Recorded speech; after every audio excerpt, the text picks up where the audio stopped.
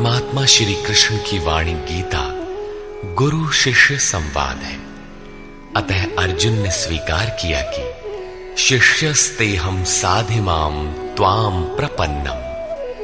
भगवन, मैं आपका शिष्य हूं, आपकी शरण हूं। मुझे वो उपदेश दीजिए जिससे मैं परम श्रेय को प्राप्त हो जाऊं। अतः उस परम गुरु के चरणों में गीता आरंभ करने से पूर्व ये स्तुति गुरु वंदना प्रस्तुत की जा रही है। ओम श्री सद्गुरुदेव भगवान की जय।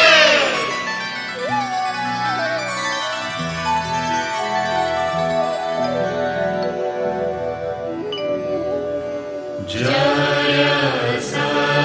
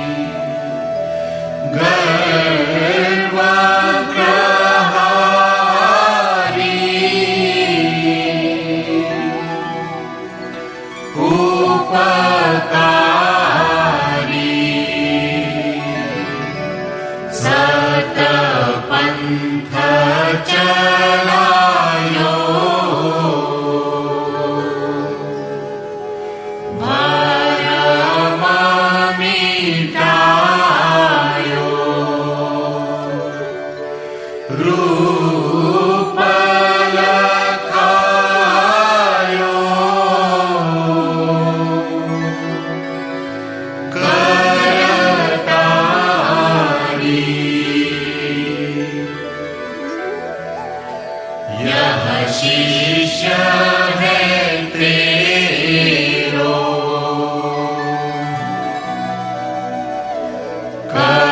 करतनी हो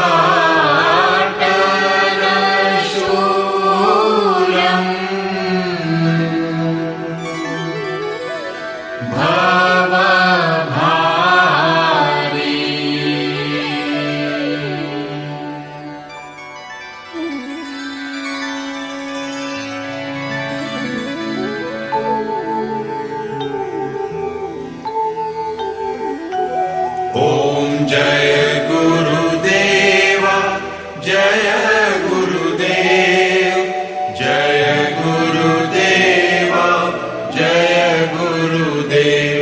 ओम जय गुरुदेव, जय गुरुदेव, जय गुरुदेव, जय गुरुदेव। ओम जय गुरुदेव, जय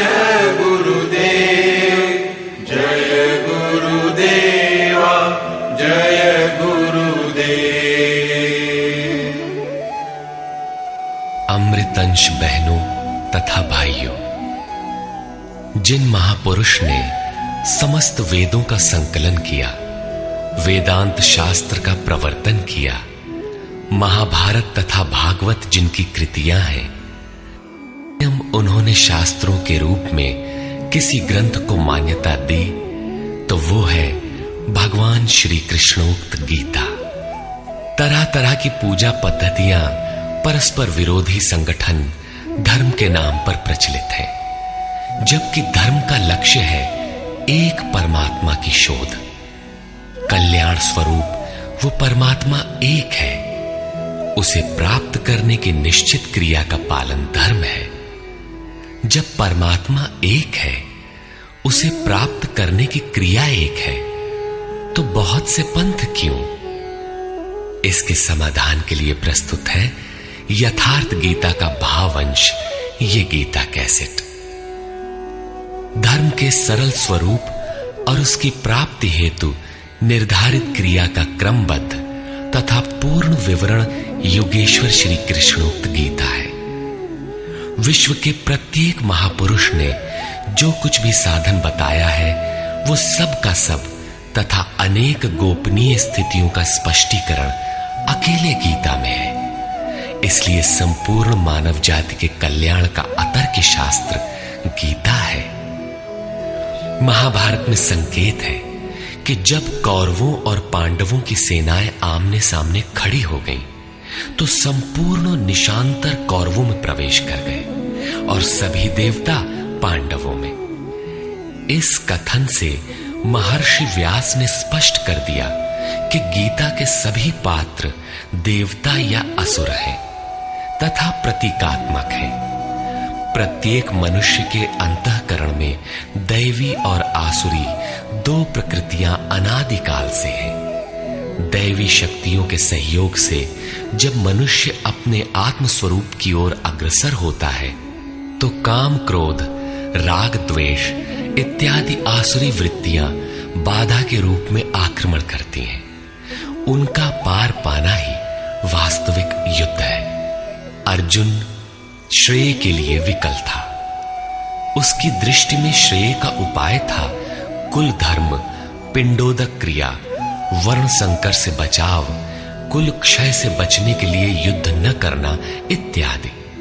मात्र इतनी सी शंका के समाधान हेतु भगवान को उसे 18 अध्याय गीता समझानी पड़ी। अंत में पूछा कि क्या तेरा मोह नष्ट हुआ? अर्जुन ने स्वीकार किया कि भगवान, मेरा मोह नष्ट हो गया और अब मैं वैसा ही करूंगा जैसा भगवान ने उपदेश दिया है। वस्तुतः ये केवल अर्जुन की शंका नहीं थी, बल्कि मानव मात्र की शंका है कि श्रेय क्या है, उसे कैसे प्राप्त करें। इसलिए स्त्री पुरुष, आबाल वृद्ध, मानव मात्र के लिए गीता के 18 अध्याय का अनुशीलन एवं नियमित पाठ नितांत आवश्यक है, जिससे ब्रह्म विधि की स्मृति सृजित रहे तथा बच्चों में भी इन कल्याणकारी संस्कारों का सृजन हो सके। इस गीता ज्ञान के बिना कोई भी मनुष्य उस ईश्वर के पथ पर नहीं चल सकता। अक्षय सुख, शाश्वत शांति, लोक में समृद्धि तथा मूल शंका समाधान हेतु इन कैसेटों का संकलन किया गया है। इसके नियमित श्रवण से संपूर्ण परिवार तथा स्वजन समुदाय को सुसंस्कृत करें। संसार में कहीं भी मनुष्य हो, उसके लिए गीता सदैव अमृत वाहिनी है।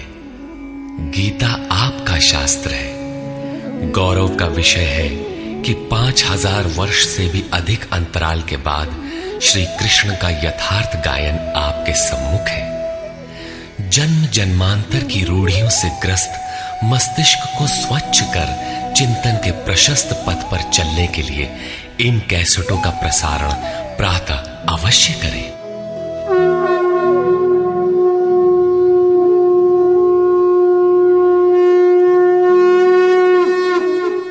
ओम श्री परमात्मने नमः। यथार्थ गीता, श्रीमद् भगवत गीता, अथ प्रथमो अध्यायः।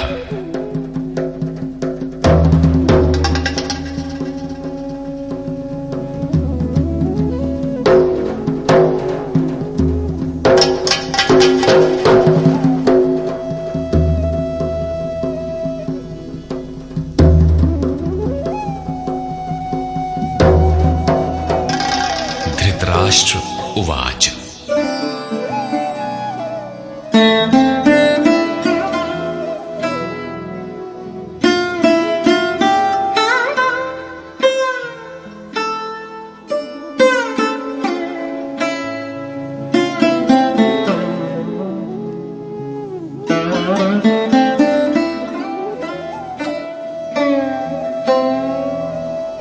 धर्मक्षेत्रे कुरुक्षेत्रे समवेता युयुत्सवः मामकाः पाण्डवाश्चैव किमकुर्वत संजय।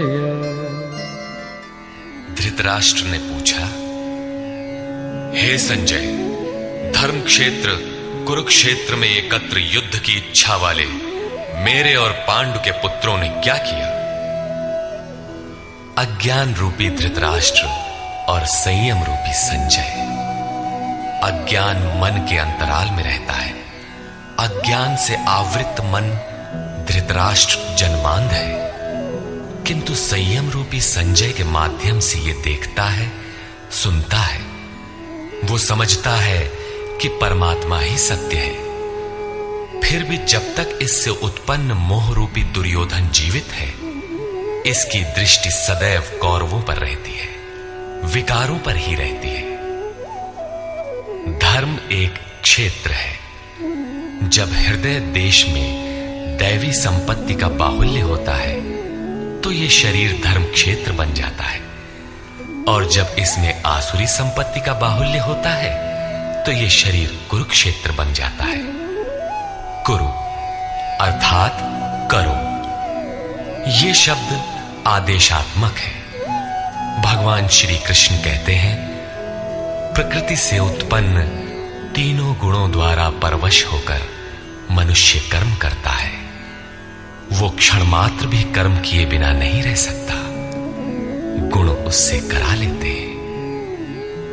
तीनों गुण मनुष्य को देवता से कीट पर्यंत शरीरों में ही बांधते हैं। जब तक प्रकृति और प्रकृति से उत्पन्न गुण जीवित है, तब तक कुरु लगा रहेगा।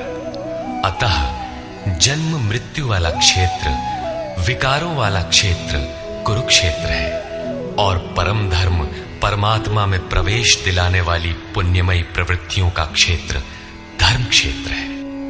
पुरातत्वविद पंजाब में काशी प्रयाग के मध्य तथा अनेकानेक स्थलों पर कुरुक्षेत्र की शोध में लगे हैं, किंतु गीताकार ने स्वयं बताया है कि जिस क्षेत्र में यह युद्ध हुआ वो कहां है।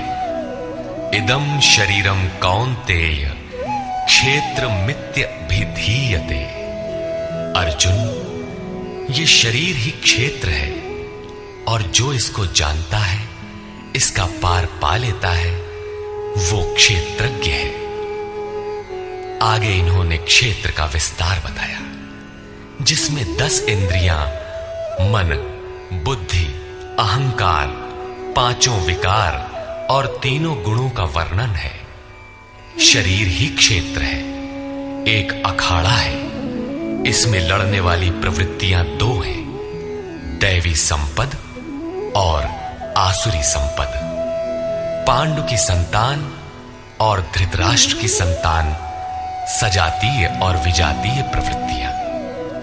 अनुभवी महापुरुष की शरण जाने पर इन दोनों प्रवृत्तियों में संघर्ष का सूत्रपात होता है। यह क्षेत्र क्षेत्रज्ञ का संघर्ष है, और यही वास्तविक युद्ध है। विश्व युद्धों से इतिहास भरा पड़ा है, किंतु उनमें जीतने वालों को भी शाश्वत विजय नहीं मिलती। ये तो आपसी बदले हैं। प्रकृति का सर्वथा शमन करके प्रकृति से परे की सत्ता का दिग्दर्शन करना और उसमें प्रवेश पाना ही वास्तविक विजय है। यही एक ऐसी विजय है जिसके पीछे हार नहीं है। यही मुक्ति है जिसके पीछे जन्म मृत्यु का बंधन नहीं है। इस प्रकार अज्ञान से आच्छादित प्रत्येक मन संयम के द्वारा जानता है कि क्षेत्र क्षेत्रज्ञ के युद्ध में क्या हुआ। अब जैसा जिसके संयम का उत्थान है, वैसे वैसे उसे दृष्टि आती जाएगी। संजय उवाच। दृष्ट्वा तु पाण्डवानीकं व्यूढं दुर्योधनस्तदा आचार्यमुपसंगम्य राजा वचनमब्रवीत्। उस समय राजा दुर्योधन ने व्यूह रचना युक्त पांडवों की सेना को देखकर द्रोणाचार्य के पास जाकर ये वचन कहा। द्वैत के आचरण ही द्रोणाचार्य है। जब जानकारी हो जाती है कि हम परमात्मा से अलग हो गए हैं, वहां उसकी प्राप्ति के लिए तड़प पैदा हो जाती है। तभी हम गुरु की तलाश में निकलते हैं। दोनों प्रवृत्तियों के बीच यही प्राथमिक गुरु है। यद्यपि बाद के सद्गुरु योगेश्वर श्री कृष्ण होंगे, जो योग की स्थिति वाले होंगे। राजा दुर्योधन आचार्य के पास जाता है। मोह रूपी दुर्योधन। मोह संपूर्ण व्याधियों का मूल है। राजा है।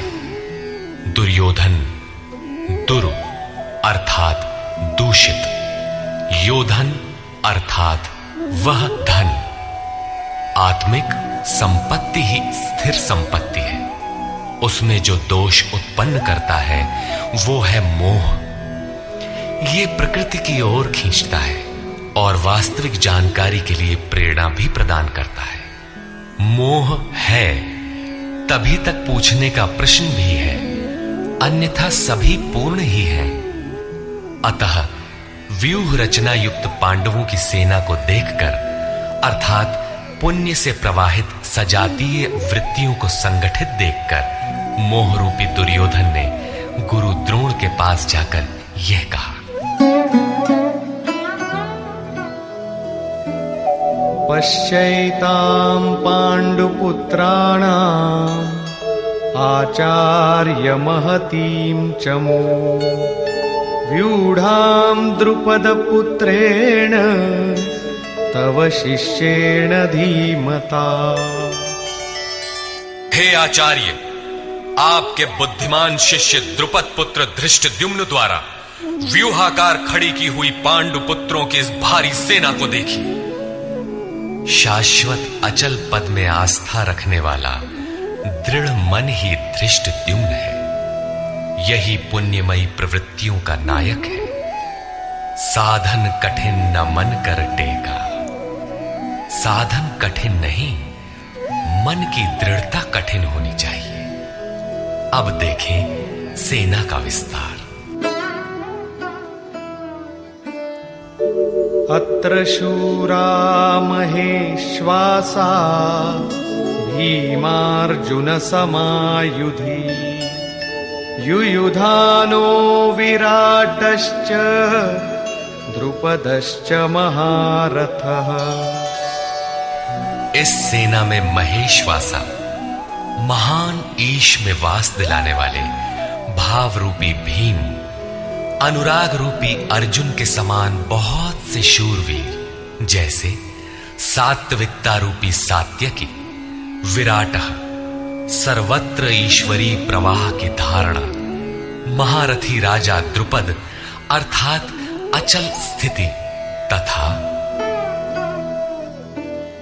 धृष्टकेतुश्चेकितानः काशीराजश्च वीर्यवान् पुरुजित् कुन्तिभोजश्च शैब्यश्च नरपुंगवः। धृष्टकेतु दृढ़ कर्तव्य, चेकितानः जहां भी जाए वहां से चित्त को खींचकर इष्ट में स्थिर करना, काशीराजः काया रूपी काशी में ही वो साम्राज्य है, पुरजित स्थूल सूक्ष्म और कारण शरीरों पर विजय दिलाने वाला पुरुजित, कुंती भोजः कर्तव्य से भव पर विजय, नरों में श्रेष्ठ शैव्य अर्थात सत्य व्यवहार। युधामन्युश्च विक्रान्तः उत्तमौजाश्च वीर्यवान् सौभद्रो द्रौपदेयाश्च सर्व एव महारथाः। और पराक्रमी युधामन्यु, युद्ध के अनुरूप मन की धारणा, उत्तमौजाः शुभ की मस्ती, सुभद्रा पुत्र अभिमन्यु, जब शुभ आधार आ जाता है तो मन भय से रहित हो जाता है। ऐसा शुभ आधार से उत्पन्न अभय मन, ध्यान रूपी द्रौपदी के पांचों पुत्र, वात्सल्य, लावण्य, सौम्यता, स्थिरता, सहृदयता, सब के सब महारथी है। साधन पथ पर संपूर्ण योग्यता के साथ चलने की क्षमताएं हैं। इस प्रकार दुर्योधन ने पांडव पक्ष के 15-20 नाम गिनाए, जो दैवी संपद के महत्वपूर्ण अंग है। विजातीय प्रवृत्ति का राजा होते हुए भी मोह ही सजातीय प्रवृत्तियों को समझने के लिए बाध्य करता है। दुर्योधन अपना पक्ष संक्षेप में कहता है, यदि कोई बाह्य युद्ध होता तो अपनी फौज बढ़ा चढ़ा कर गिनाता, विकार कम गिनाए गए, क्योंकि उन पर विजय पाना है, वे नाशवान हैं। केवल 5-7 विकार बताए गए, जिनके अंतराल में संपूर्ण बहिर्मुखी प्रवृत्ति विद्यमान है, जैसे अस्माकं तु विशिष्टाये तान्निबोध द्विजोत्तम प्रियोत्तम नायका मम सैन्यस्य संज्ञार्थं तान् ब्रवीमि ते। द्विजोत्तम, हमारे पक्ष में जो प्रधान हैं उन्हें भी आप समझ लें। आपको जानने के लिए मेरी सेना के जो नायक हैं उनको कहता हूं। बाह्य युद्ध में सेनापति के लिए द्विजोत्तम संबोधन असामयिक है। वस्तुतः गीता अंतःकरण की दो प्रवृत्तियों का संघर्ष है, जिसमें द्वैत का आचरण ही द्रोण है। जब तक हम लेश मात्र भी आराध्य से अलग हैं, तब तक प्रकृति विद्यमान है, द्वैत बना है। इस द्वि पर जय पाने की प्रेरणा प्रथम गुरु द्रोणाचार्य से मिलती है। अधूरी शिक्षा ही पूर्ण जानकारी के लिए प्रेरणा प्रदान करती है। वो पूजा स्थली नहीं, वहां शौर्य सूचक संबोधन होना चाहिए। विजातीय प्रवृत्ति के नायक कौन कौन है?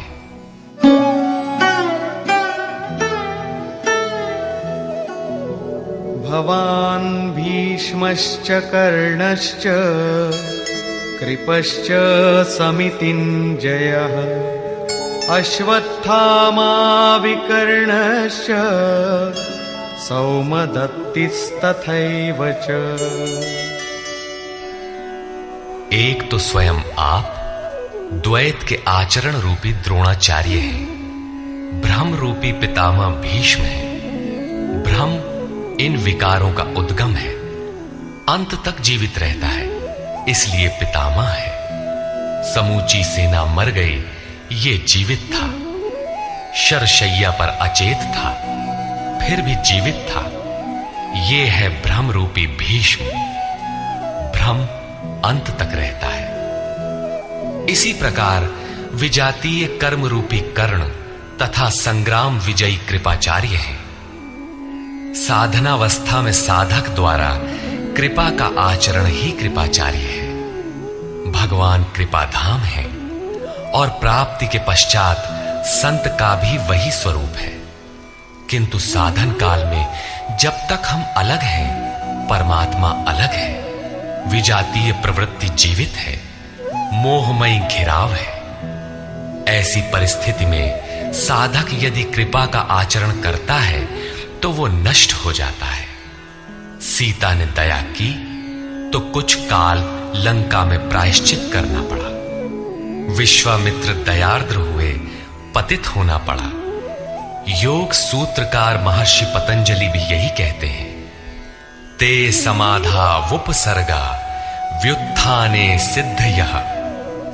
व्युत्थान काल में सिद्धियां प्रकट होती हैं, वे वास्तव में सिद्धियां हैं, किंतु कैवल्य प्राप्ति के लिए उतनी ही बड़ी विघ्न है जितने काम, क्रोध, लोभ, मोह इत्यादि। गोस्वामी तुलसीदास का भी यही निर्णय है। माया अनेक विघ्न करती है, रिद्धियां प्रदान करती है, यहां तक कि सिद्ध बना देती है। ऐसी अवस्था वाला साधक बगल से निकल भर जाए, मरणासन रोगी भी जी उठेगा। वो भले ठीक हो जाए, किंतु साधक उसे अपनी देन मान बैठे तो नष्ट हो जाएगा। एक रोगी के स्थान पर हजारों रोगी घेर लेंगे। भजन चिंतन का क्रम अवरुद्ध हो जाएगा और उधर बहकते बहकते प्रकृति का बाहुल्य हो जाएगा। यदि लक्ष्य दूर है और साधक कृपा करता है, तो कृपा का अकेला आचरण ही समितिंजय समूची सेना को जीत लेगा। इसलिए साधक को पूर्ति पर्यंत इससे सतर्क रहना चाहिए। दया बिनु संत कसाई, दया करी तो आफत आई। लेकिन अधूरी अवस्था में यह विजातीय प्रवृत्ति का दुर्धर्ष योद्धा है। इसी प्रकार आसक्ति रूपी अश्वत्थामा, विकल्प रूपी विकर्ण और भ्रममयी श्वास ही भूरिश्रवा है। ये सभी बहिर्मुखी प्रवाह के नायक हैं।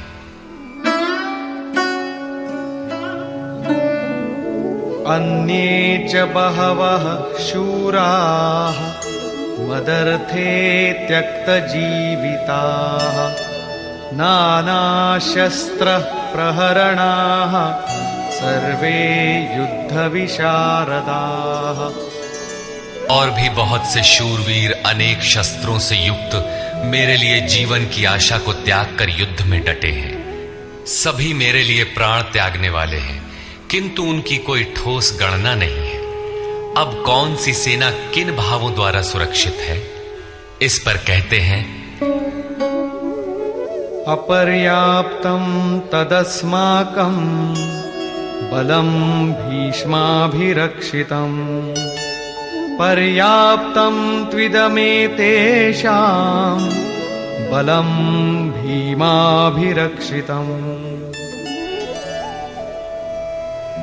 भीष्म द्वारा रक्षित हमारी सेना सब प्रकार से अजेय है और भीम द्वारा रक्षित इन लोगों की सेना जीतने में सुगम है।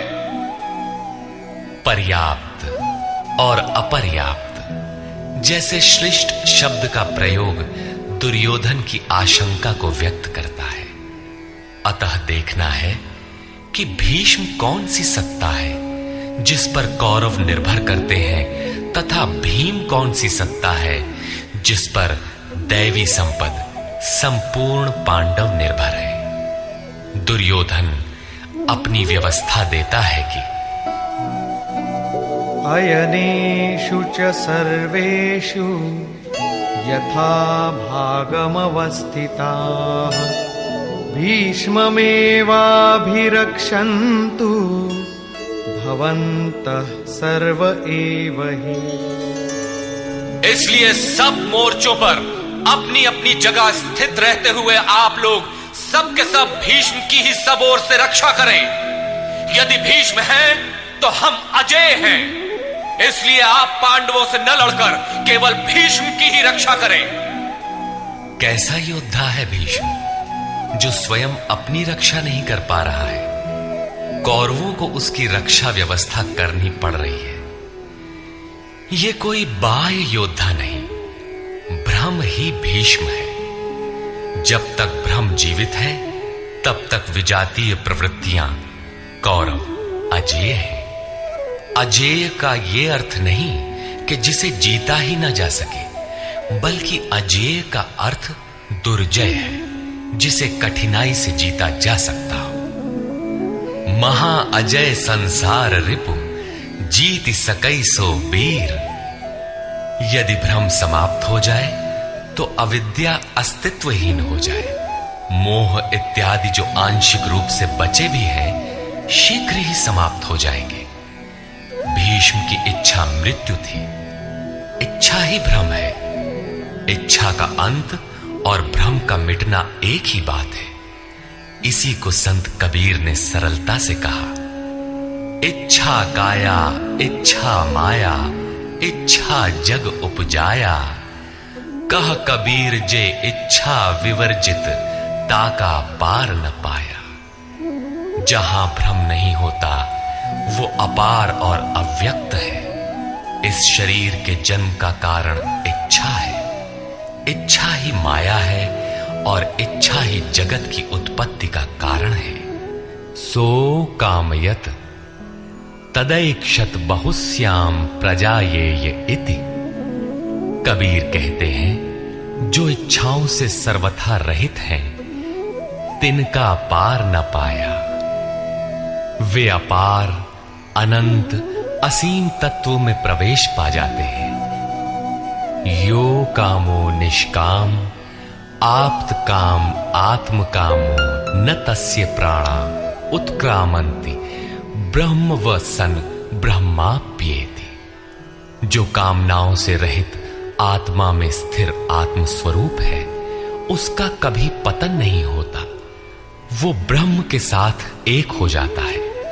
आरंभ में इच्छाएं अनंत होती हैं और अंततो गत्वा परमात्म प्राप्ति की इच्छा शेष रहती है।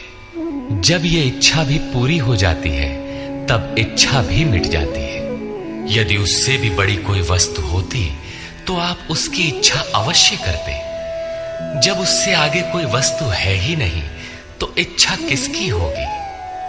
जब प्राप्त होने योग्य कोई वस्तु अप्राप्त न रह जाए तो इच्छा भी समूल नष्ट हो जाती है और इच्छा के मिटते ही ब्रह्म का सर्वथा अंत हो जाता है।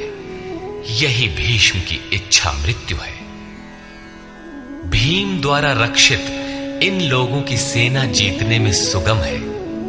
भाव रूपी भीम भावे विद्यते देवः। भाव में वो क्षमता है कि अविदित परमात्मा भी विदित हो जाता है। भाववस्य भगवान सुख निधान करुणा अयन। श्री कृष्ण ने इसे श्रद्धा कहकर संबोधित किया है। भाव में वो क्षमता है कि भगवान को भी वश में कर लेता है। भाव से ही संपूर्ण पुण्यमयी प्रवृत्ति का विकास है। ये पुण्य का संरक्षक है तो इतना बलवान कि परम देव परमात्मा को संभव बनाता है, किंतु साथ ही इतना कोमल भी है कि आज भाव है तो कल अभाव में बदलते देर नहीं लगती। इष्ट में लेश मात्र भी त्रुटि प्रतीत होने पर भाव डगमगा जाता है। पुण्यमयी प्रवृत्ति विचलित हो उठती है, इष्ट से संबंध टूट जाता है। इसलिए भीम द्वारा रक्षित इन लोगों की सेना जीतने में सुगम है। महर्षि पतंजलि का भी यही निर्णय है। स तु दीर्घकाल नैरंतर्य सत्कारा सेवितो दृढ़ भूमि। दीर्घ काल तक निरंतर श्रद्धा भक्ति पूर्वक किया हुआ साधन ही दृढ़ हो पाता है।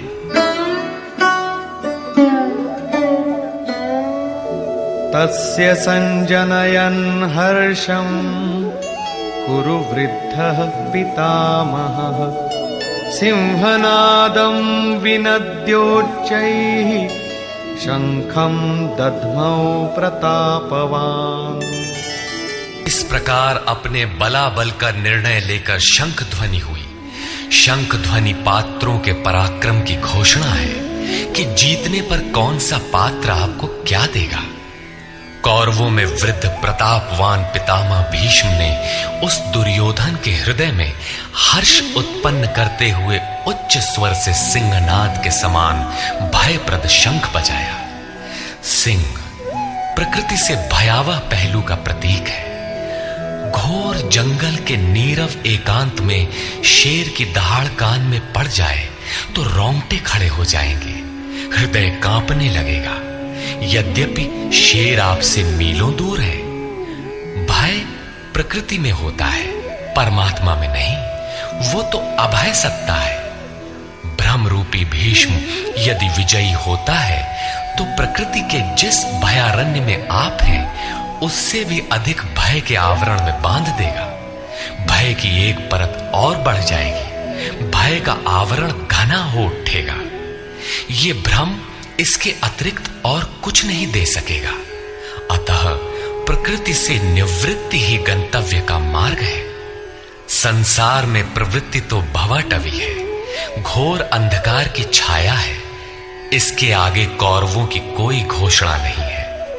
कौरवों की ओर से कई बाजे एक साथ बजे, किंतु कुल मिलाकर वे भी भय ही प्रदान करते हैं, इससे अधिक कुछ नहीं। प्रत्येक विकार कुछ न कुछ भय तो देता ही है। इसलिए उन्होंने भी घोषणा की। ततः शंखाश्च भैर्यश्च पणवानक गोमुखाः सहसैवाभ्यहन्यन्त सशब्दस्तु मूलोऽभवत्। तदनंतर अनेक शंख, नगारे, ढोल और नरसिंहादि बाजे एक साथ ही बजे। उनका शब्द भी बड़ा भयंकर हुआ। भय का संचार करने के अतिरिक्त कौरवों की कोई घोषणा नहीं है। बहिर्मुखी विजातीय प्रवृत्ति सफल होने पर मोहमय बंधन और घना कर देती है। अब पुण्यमयी प्रवृत्तियों की ओर से घोषणाएं हुई, जिनमें पहली घोषणा योगेश्वर श्री कृष्ण की है।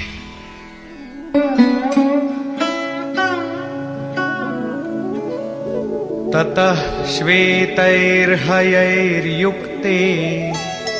महति स्यन्दने स्थितौ माधवः पाण्डवश्चैव दिव्यौ शंखौ प्रदध्मतु। इसके उपरांत श्वेत घोड़ों से युक्त, जिनमें लेश मात्र कालिमा दोष नहीं है, श्वेत सात्विक निर्मलता का प्रतीक है। महति स्यन्दने, महान रथ पर बैठे हुए योगेश्वर श्री कृष्ण और अर्जुन ने भी अलौकिक शंख बजाए। अलौकिक का अर्थ है लोकों से परे।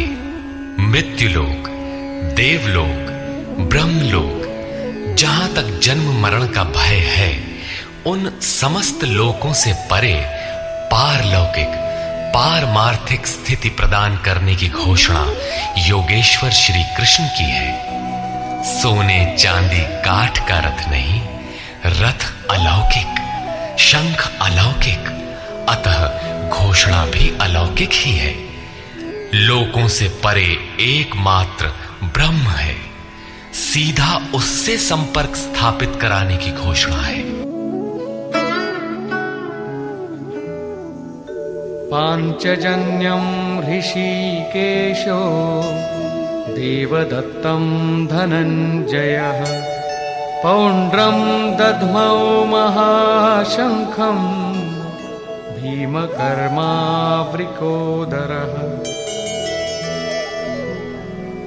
ऋषिकेशः, जो हृदय के सर्वस्व ज्ञाता है, उन कृष्ण ने 5 जन्य शंख बजाया। पांचों ज्ञानेंद्रियों को पंच तन्मात्राओं शब्द, स्पर्श, रूप, रस, गंध के रसों से समेटकर अपने जन भक्त की श्रेणी में ढालने की घोषणा की। विकराल रूप से बहकती हुई इंद्रियों को समेटकर उन्हें अपने सेवक की श्रेणी में खड़ा कर देना हृदय से प्रेरक सद्गुरु की देन है। श्री कृष्ण एक योगेश्वर सद्गुरु थे। शिष्यस्तेहम्, भगवन मैं आपका शिष्य हूं। बाह्य विषय वस्तुओं को छोड़कर ध्यान में इष्ट के अतिरिक्त दूसरा न देखें, दूसरा न सुने, न दूसरे का स्पर्श करें, ये सद्गुरु के अनुभव संचार पर निर्भर करता है। देवदत्तम धनंजय, दैवी संपत्ति को अधीन करने वाला अनुराग ही अर्जुन है। इष्ट के अनुरूप लगाव, जिसमें विरह, वैराग्य, अश्रुपात हो। गदगद गिरा नयन बह नीरा, रोमांच हो। इष्ट के अतिरिक्त अन्य विषय वस्तु का लेश मात्र टकराव न होने पाए, उसी को अनुराग कहते हैं। यदि ये सफल होता है तो परम देव परमात्मा में प्रवेश दिलाने वाली दैवी संपद पर आधिपत्य प्राप्त कर लेता है। इसी का दूसरा नाम धनंजय भी है। एक धन तो बाहरी संपत्ति है, जिससे शरीर निर्वाह की व्यवस्था होती है। आत्मा से इसका कोई संबंध नहीं है। इससे परे स्थिर आत्मिक संपत्ति ही निज संपत्ति है। बृहदारण्य कोपनिषद में याज्ञवल्क्य ने मैत्रेयी को यही समझाया कि धन से संपन्न पृथ्वी के स्वामित्व से भी अमृतत्व की प्राप्ति नहीं हो सकती। उसका उपाय आत्मिक संपत्ति है। भयानक कर्म वाले भीमसेन ने पौंड्र अर्थात प्रीति नामक महाशंख बजाया। भाव का उद्गम और निवास स्थान हृदय है, इसलिए इसका नाम वृकोदर है। आपका भाव लगाव बच्चे में होता है, किंतु वस्तुतः वो लगाव आपके हृदय में है, जो बच्चे में जाकर मूर्त होता है। ये भाव अथाह और महान बलशाली है। उसने प्रीति नामक महाशंख बजाया। भाव में ही वो प्रीति निहित है, इसीलिए भीम ने पौंड्र प्रीति नामक महाशंख बजाया। भाव महान बलवान है, किंतु प्रीति संचार के माध्यम से। हरि व्यापक सर्वत्र समाना, प्रेम ते प्रकट हो ही मैं जाना। अनंत विजयम राजा कुंती पुत्रो युधिष्ठिरः, नकुलः सहदेवश्च सुघोषमणिपुष्पकौ। कुंती पुत्र राजा युधिष्ठिर ने अनंत विजय नामक शंख बजाया। कर्तव्य रूपी कुंती और धर्म रूपी युधिष्ठिर, धर्म पर स्थिरता रहेगी तो अनंत विजयम, अनंत परमात्मा में स्थिति दिलाएगा। युद्धे स्थिरः सह युधिष्ठिरः, प्रकृति पुरुष क्षेत्र क्षेत्रज्ञ के संघर्ष में स्थिर रहता है, महान दुख से भी विचलित नहीं होता। तो एक दिन जो अनंत है, जिसका अंत नहीं है, वो है परम तत्व परमात्मा, उस पर विजय दिला देता है। नियम रूपी नकुल ने सुघोष नामक शंख बजाया। ज्यों-ज्यों नियम उन्नत होगा, अशुभ का शमन होता जाएगा, शुभ घोषित होता जाएगा। सत्संग रूपी सहदेव ने मणिपुष्पक शंख बजाया। मनीषियों ने प्रत्येक श्वास को बहुमूल्य मणि की संज्ञा दी है। हीरा जैसी श्वासा बातों में बीती जाए। एक सत्संग तो वो है जो आप सत्पुरुषों की वाणी से सुनते हैं, किंतु यथार्थ सत्संग आंतरिक है। श्री कृष्ण के अनुसार आत्मा ही सत्य है, सनातन है। चित्त सब ओर से सिमटकर आत्मा की संगत करने लगे, यही वास्तविक सत्संग है। ये सत्संग चिंतन, ध्यान और समाधि के अभ्यास से संपन्न होता है। ज्यों-ज्यों सत्य के सान्निध्य में सुरत टिकती जाएगी, त्यों-त्यों एक-एक श्वास पर नियंत्रण मिलता जाएगा। मन सहित इंद्रियों का निरोध होता जाएगा। जिस दिन सर्वथा निरोध होगा, वस्तु प्राप्त हो जाएगी। वाद्य यंत्रों की तरह चित्त का आत्मा के स्वर में स्वर मिलाकर संगत करना ही सत्संग है। बाह्य मणि कठोर है, किंतु श्वास मणि पुष्प से भी कोमल है। पुष्प तो विकसित होने या टूटने पर कुम्हलाता है, किंतु आप अगले श्वास तक जीवित रहने की गारंटी नहीं दे सकते। किंतु सत्संग सफल होने पर प्रत्येक श्वास पर नियंत्रण दिलाकर परम लक्ष्य की प्राप्ति करा देता है। इसके आगे पांडवों की कोई घोषणा नहीं है, किंतु प्रत्येक साधन कुछ न कुछ निर्मलता के पथ में दूरी तय करता है। आगे कहते हैं,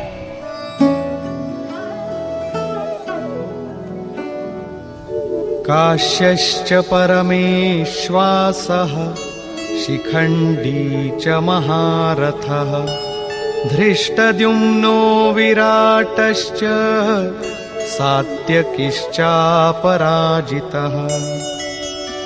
काया रूपी काशी। पुरुष जब सब ओर से मन सहित इंद्रियों को समेटकर काया में ही केंद्रित करता है, तो परमेश्वासः, परम ईश में वास का अधिकारी हो जाता है।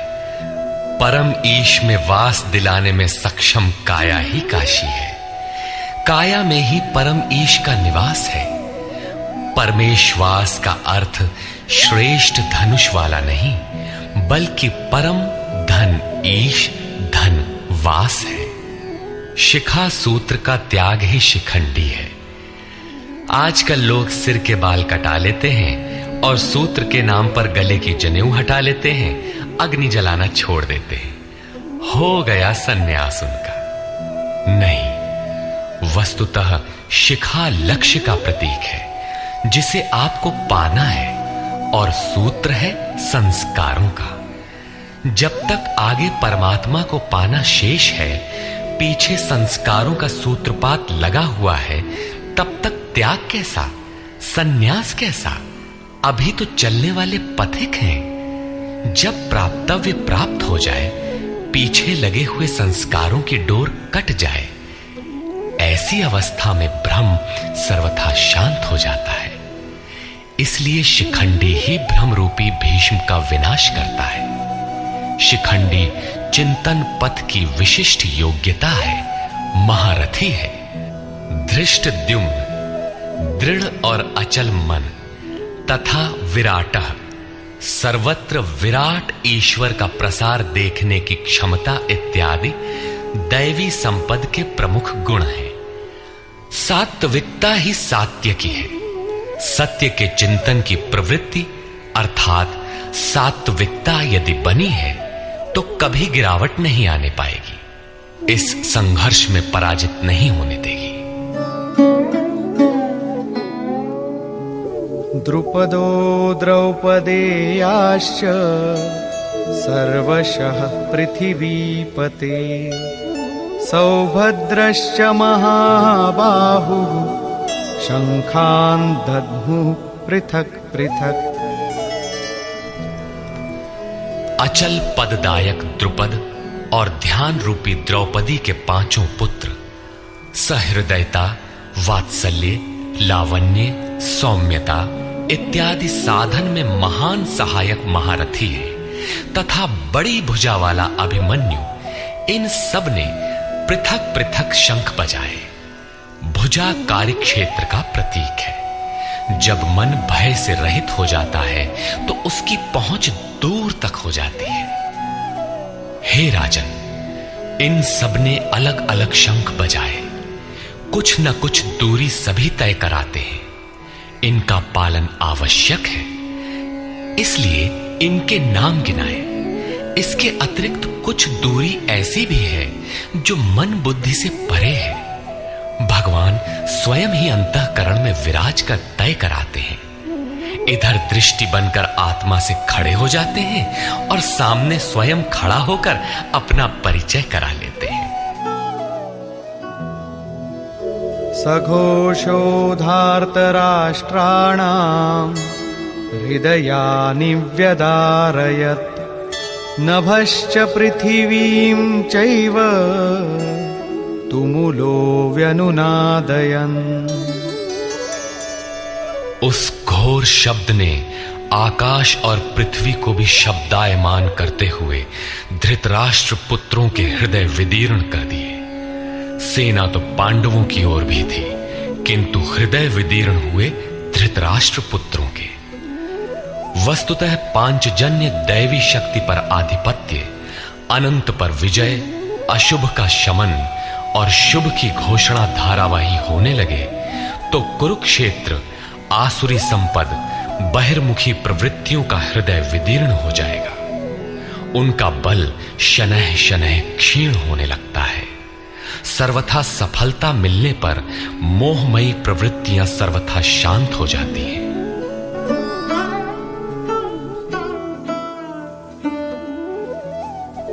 अथ व्यवस्थितान् दृष्ट्वा धार्तराष्ट्रान् कपिध्वजः प्रवृत्ते शस्त्रसम्पाते धनुरुद्यम्य पाण्डवः ऋषिकेशं तदा वाक्यम् इदमाह महीपते सेनयोरुभयोर्मध्ये रथं स्थापयमेच्युत। संयम रूपी संजय ने अज्ञान से आवृत मन को समझाया कि हे राजन, उसके उपरांत कपिध्वजः वैराग्य रूपी हनुमान, वैराग्य ही ध्वज है जिसका। ध्वज राष्ट्र का प्रतीक माना जाता है। कुछ लोग कहते हैं ध्वजा चंचल थी, इसलिए कपिध्वज कहा गया, किंतु नहीं। यहां कपि साधारण बंदर नहीं, स्वयं हनुमान थे, जिन्होंने मान अपमान का हनन किया था। सममान निरादर आदरहीन। प्रकृति की देखी सुनी वस्तुओं से, विषयों से राग का त्याग ही वैराग्य है। अतः वैराग्य ही जिसकी ध्वजा है, उस अर्जुन ने व्यवस्थित रूप से धृतराष्ट्र पुत्रों को खड़े देखकर शस्त्र चलने की तैयारी के समय धनुष उठाकर ऋषिकेशम जो हृदय के सर्वस्व ज्ञाता है, उन योगेश्वर श्री कृष्ण से ये वचन कहा, हे अच्युत, जो कभी च्युत नहीं होता, मेरे रथ को दोनों सेनाओं के बीच खड़ा करिए। यहां सारथी को दिया गया आदेश नहीं, इष्ट सदगुरु से की गई प्रार्थना है। किस लिए खड़ा करें?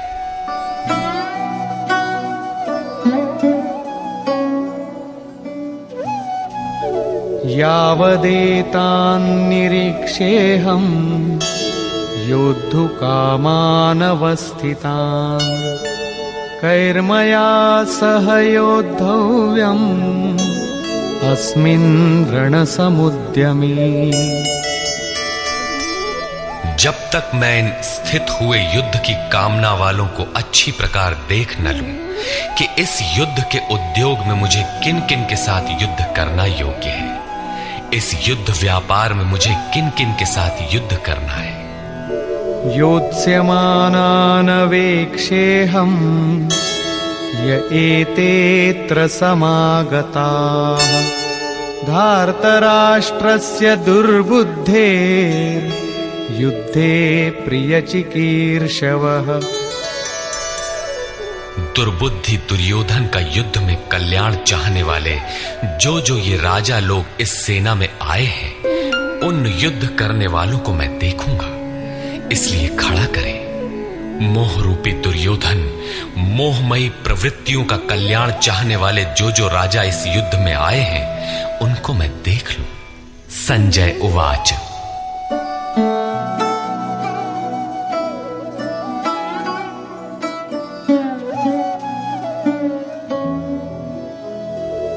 एवमुक्तो ऋषिकेशो गुडाकेशेन भारत सेनयोरुभयोर्मध्ये स्थापयित्वा रथोत्तमम् भीष्मद्रोणप्रमुखतः सर्वेषां च महीक्षिताम् उवाच पार्थ पश्यैतान् समवेतान् कुरुनीति।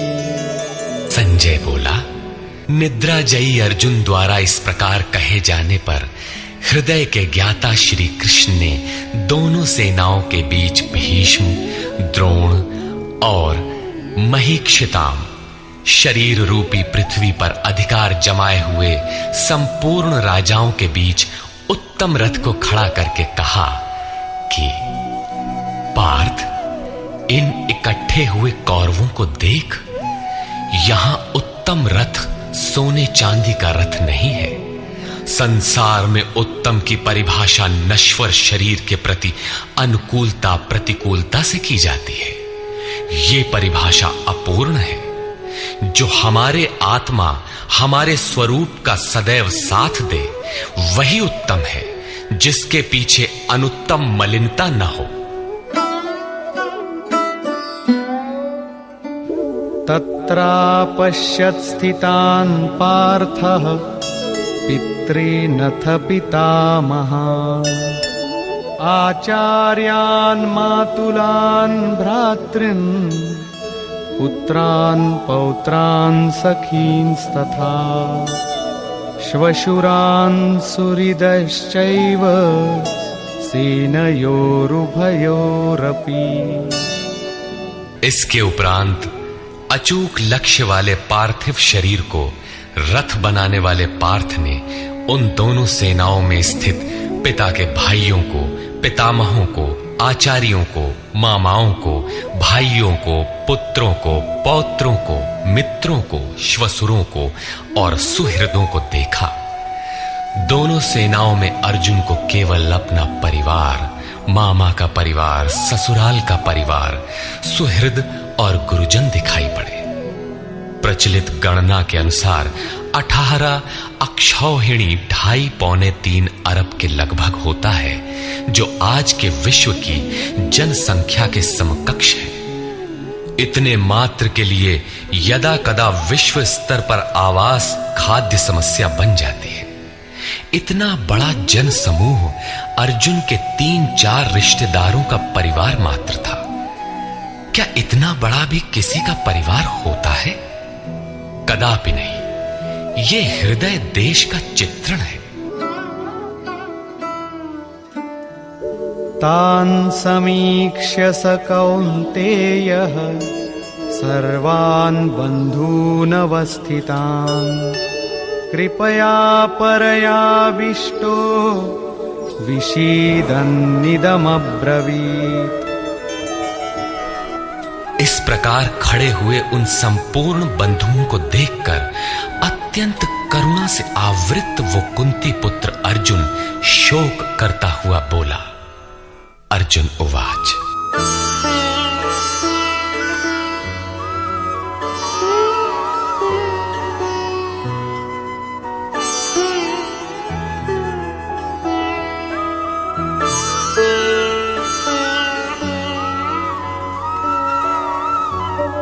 दृष्ट्वेमं स्वजनं कृष्ण युयुत्सुं समुपस्थितम् सीदन्ति मम गात्राणि मुखं च परिशुष्यति वेपथुश्च शरीरे मे रोमहर्षश्च जायते।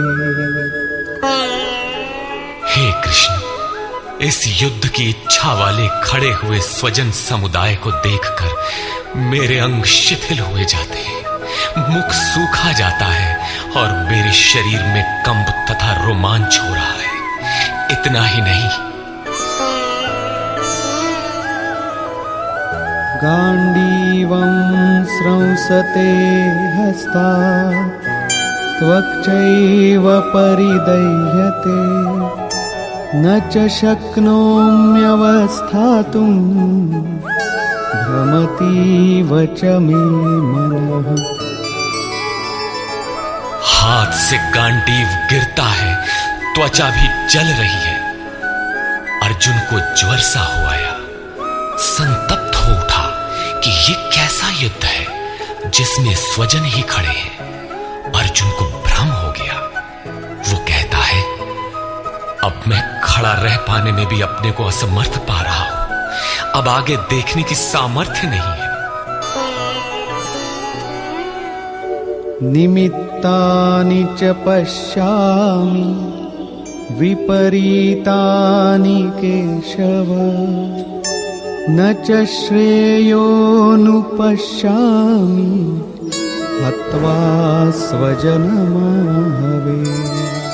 हे केशव, इस युद्ध का लक्षण भी विपरीत ही देखता हूं। युद्ध में अपने कुल को मारकर परम कल्याण भी नहीं देखता हूं। कुल को मारने से कल्याण कैसे होगा?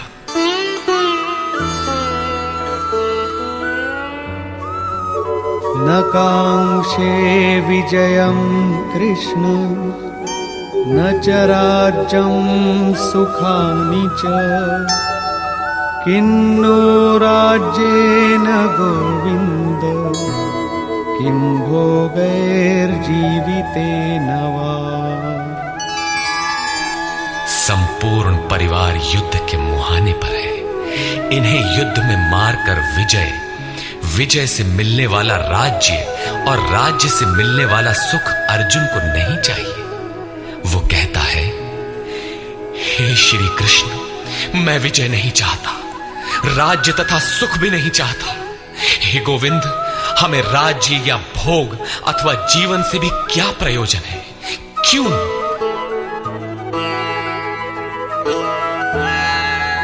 येषामर्थे काङ्क्षितं नो राज्यं भोगाः सुखानि च तैमेव स्थिता युद्धे प्राणां त्यक्त्वा धनानि च। हमें जिनके लिए राज्य भोग और सुखादिक इच्छित हैं, वे ही परिवार जीवन की आशा त्याग कर युद्ध के मैदान में खड़े हैं। हमें राज्य इच्छित था तो परिवार को लेकर भोग, सुख और धन की पिपासा थी तो स्वजन और परिवार के साथ उन्हें भोगने की थी। किंतु जब सब के सब प्राणों की आशा त्याग कर खड़े हैं तो मुझे सुख, राज्य या भोग नहीं चाहिए। ये सब इन्हीं के लिए प्रिय थे। इनसे अलग होने पर हमें इनकी आवश्यकता नहीं है। जब तक परिवार रहेगा तब तक ये वासनाएं भी रहती हैं। झोपड़ी में रहने वाला भी अपने परिवार, मित्र और स्वजन को मारकर विश्व का साम्राज्य स्वीकार नहीं करेगा। अर्जुन यही कहता है कि हमें भोग प्रिय थे, विजय प्रिय थी, किंतु जिनके लिए थी, जब वे ही नहीं रहेंगे तो भोगों से क्या प्रयोजन? इस युद्ध में मारना किसे है?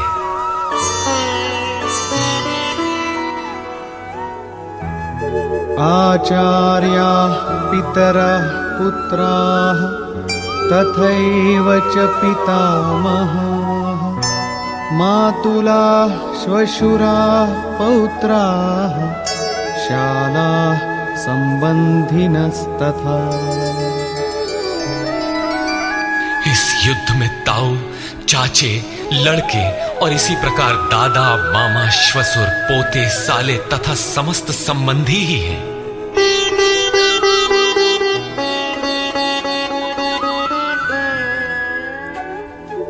एतान्न हन्तुमिच्छामि घ्नतोऽपि मधुसूदन अपि त्रैलोक्यराज्यस्य हेतो किन्नु मही कृते।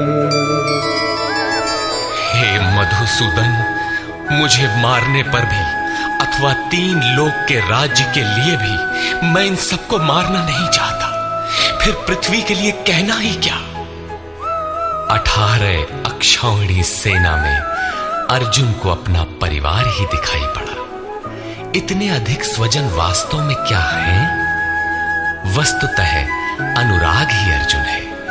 भजन के आरंभ में प्रत्येक अनुरागी के समक्ष यही समस्या रही है।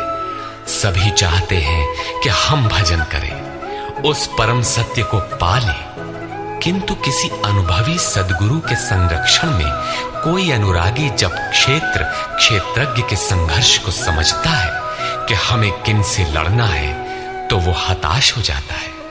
वो चाहता है कि हमारे पिता का परिवार, ससुराल का परिवार, मामा का परिवार, सुहृद, मित्र और गुरुजन साथ रहे, सभी सुखी रहें और इन सब की व्यवस्था करते हुए हम परमात्म स्वरूप की प्राप्ति भी कर लें।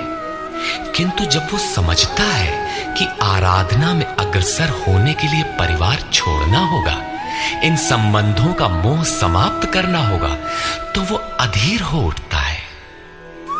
पूज्य महाराज जी कहा करते थे, मरना और साधु होना बराबर है। साधु के लिए सृष्टि में दूसरा कोई जीवित है भी, किंतु घर वालों के नाम पर कोई नहीं है। यदि कोई है तो लगाव है। मोह समाप्त कहां हुआ? जहां तक लगाव है उसका पूर्ण त्याग, उस लगाव के अस्तित्व मिटने पर ही उसकी विजय है। इन संबंधों का प्रसार ही तो जगत है, अन्यथा जगत में हमारा क्या है? तुलसीदास कहे चिद विलास जग बूझत बूझत बूझ है। मन का प्रसार ही जगत है। योगेश्वर कृष्ण ने भी मन के प्रसार को ही जगत कहकर संबोधित किया। जिसने इसके प्रभाव को रोक लिया उसने चराचर जगत ही जीत लिया। इहैव तैर्जितः सर्गो येषां साम्ये स्थितम मनः। केवल अर्जुन अधीर था ऐसी बात नहीं है। अनुराग सबके हृदय में है। प्रत्येक अनुरागी अधीर होता है, उसे संबंधी याद आने लगते हैं। पहले वो सोचता था कि भजन से कुछ लाभ होगा तो ये सब सुखी होंगे, इनके साथ रहकर उसे भोगेंगे। जब ये साथ ही नहीं रहे तो सुख लेकर क्या करेंगे? अर्जुन की दृष्टि राज्य सुख तक ही सीमित थी। वो त्रिलोकी के साम्राज्य को ही सुख की पराकाष्ठा समझता था। इसके आगे भी कोई सत्य है, इसकी जानकारी अर्जुन को अभी नहीं है। निहत्य धार्तराष्ट्रान्नः का प्रीति स्याज्जनार्दन पापमेवाश्रयेदस्मान् हत्वैतानाततायिनः।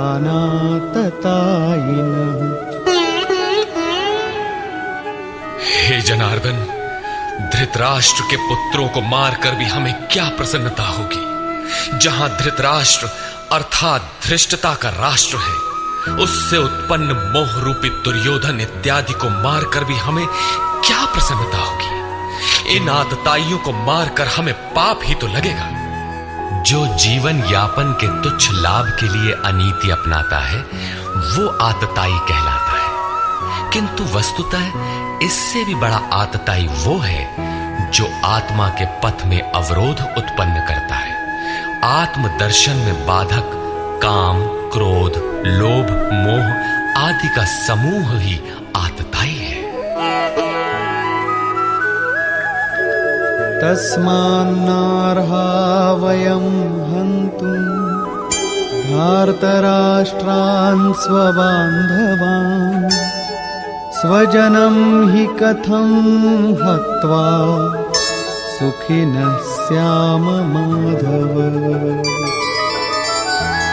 इससे हे माधव, अपने बांधव धृतराष्ट्र के पुत्रों को मारने के लिए हम योग्य नहीं हैं। स्वबांधव कैसे?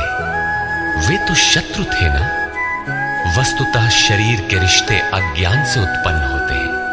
ये मामा है, ससुराल है, स्वजन समुदाय है, ये सब अज्ञान ही तो है।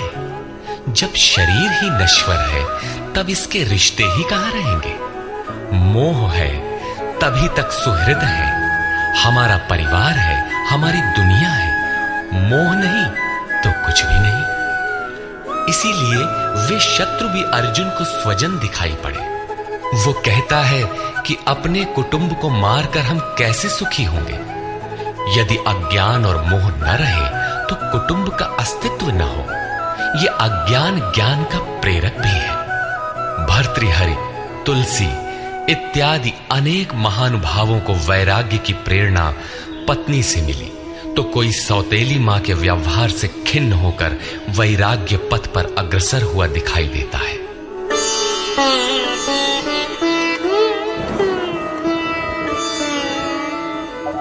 यद्यप्येतेन पश्यन्ति लोभोपहत चेतसः कुलक्षयकृतं दोषं मित्रद्रोहे च पातकम्।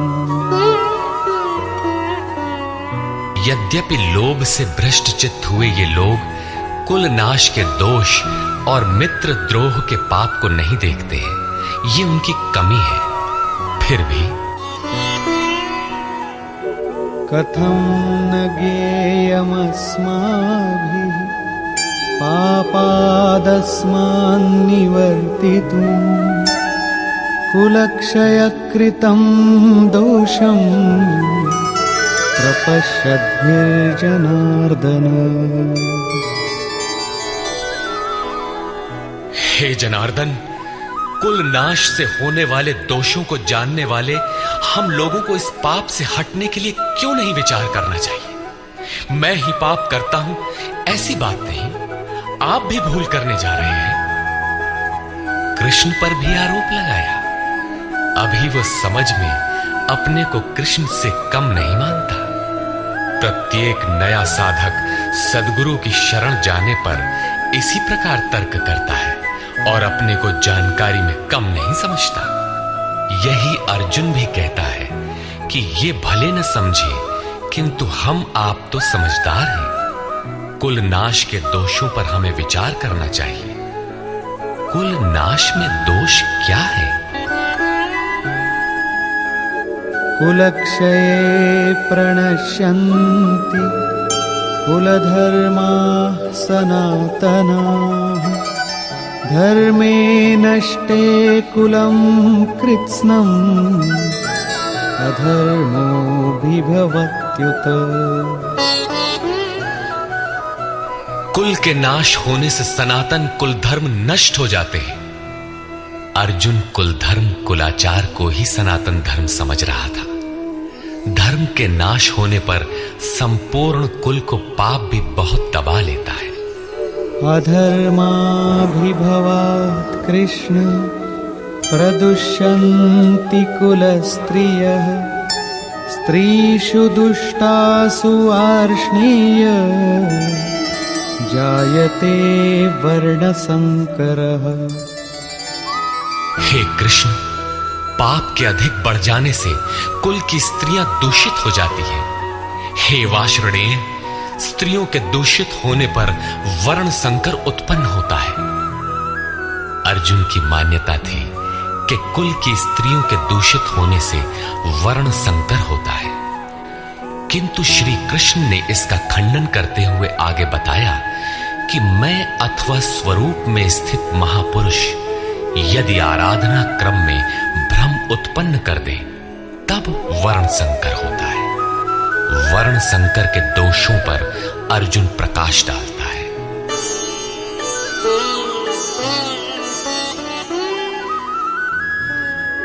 संकरो नरकायैव कुलघ्नानां कुलस्य च पतन्ति पितरो येषां लुप्तपिण्डोदकक्रियाः।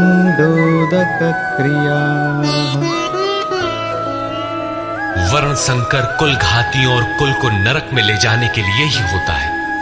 लुप्त हुई पिंड क्रिया वाले इनके पितर लोग भी गिर जाते हैं। वर्तमान नष्ट हो जाता है, अतीत के पितर गिर जाते हैं और भविष्य वाले भी गिरेंगे। इतना ही नहीं,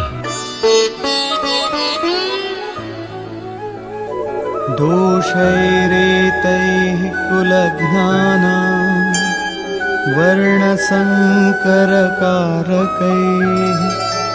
उत्साद्यन्ते जातिधर्माः कुलधर्माश्च शाश्वताः। इन वर्ण संकर कारक दोषों से कुल और कुलघातियों के सनातन कुल धर्म और जाति धर्म नष्ट हो जाते हैं।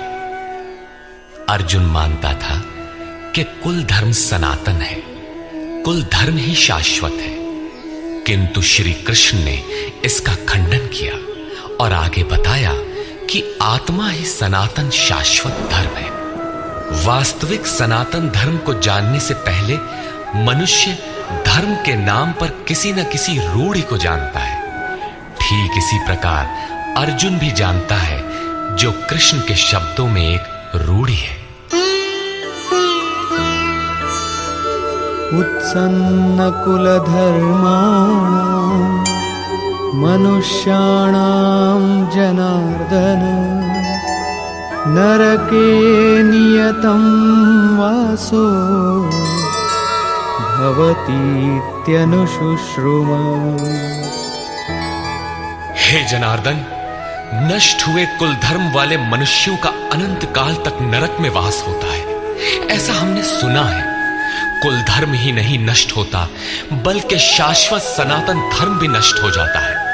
जब धर्म ही नष्ट हो गया तो ऐसे पुरुष का अनंत काल तक नरक में निवास होता है, ऐसा हमने सुना है, देखा नहीं, सुना है। अहो बत महत्पापं कर्तुं व्यवसिता वयं यद्राज्यसुखलोभेन हन्तुं स्वजनमुद्यताः। अहो, शोक है कि हम लोग बुद्धिमान होकर भी महान पाप करने को तैयार हुए हैं। राज्य और सुख के लोभ से अपने कुल को मारने के लिए उद्यत हुए हैं। अभी अर्जुन अपने को कम ज्ञाता नहीं समझता। आरंभ में प्रत्येक साधक इसी प्रकार बोलता है। महात्मा बुद्ध का कथन है कि मनुष्य जब अधूरी जानकारी रखता है तो अपने को महान ज्ञानी समझता है और जब आधे से आगे की जानकारी हासिल करने लगता है तो अपने को महान मूर्ख समझता है। ठीक इसी प्रकार अर्जुन भी अपने को ज्ञानी ही समझता है। वो कृष्ण को ही समझाता है कि उस पाप से परम कल्याण हो ऐसी बात भी नहीं। केवल राज्य और सुख के लोभ में पड़कर हम लोग कुल नाश करने को उद्यत हुए हैं। महान भूल कर रहे हैं। हम ही भूल कर रहे हैं ऐसी बात नहीं, आप भी भूल कर रहे हैं। एक धक्का कृष्ण को भी दिया। अंत में अर्जुन अपना निर्णय देता है। यदि माम प्रतीकारम् अशस्त्रं शस्त्रपाणयः धार्तराष्ट्रारणे हन्युः तन्मे क्षेमतरं भवेत्। यदि मुझ शस्त्र रहित न सामना करने वाले को शस्त्रधारी धृतराष्ट्र के पुत्र रण में मारे तो उनका वो मारना भी मेरे लिए अति कल्याणकारक होगा। इतिहास तो कहेगा कि अर्जुन समझदार था जिसने अपनी बलि देकर युद्ध बचा लिया। लोग प्राणों की आहुति दे डालते हैं कि भोले भाले मासूम बच्चे सुखी रहे, कुल तो बचा रहे। मनुष्य विदेश चला जाए, वैभव पूर्ण प्रासाद में रहे, किंतु 2 दिन बाद उसे अपनी छोड़ी हुई झोपड़ी याद आने लगती है। मोह इतना प्रबल होता है। इसीलिए अर्जुन कहता है कि शस्त्रधारी धृतराष्ट्र के पुत्र मुझ न प्रतिकार करने वाले को रण में मार दे तब भी वो मेरे लिए अति कल्याणकारी होगा, ताकि लड़के तो सुखी रहे। संजय उवाच।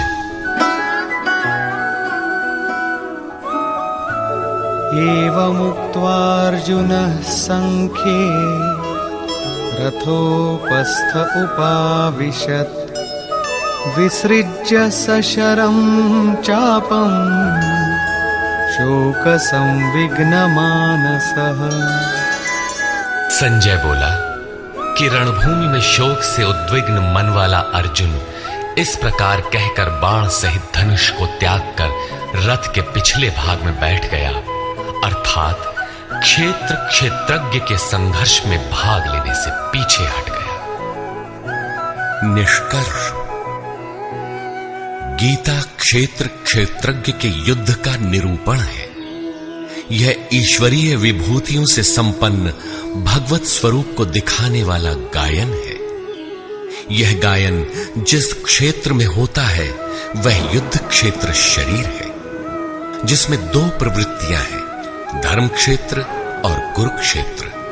उन सेनाओं का स्वरूप और उनके बल का आधार बताया। शंख ध्वनि से उनके पराक्रम की जानकारी मिली। तदनंतर जिस सेना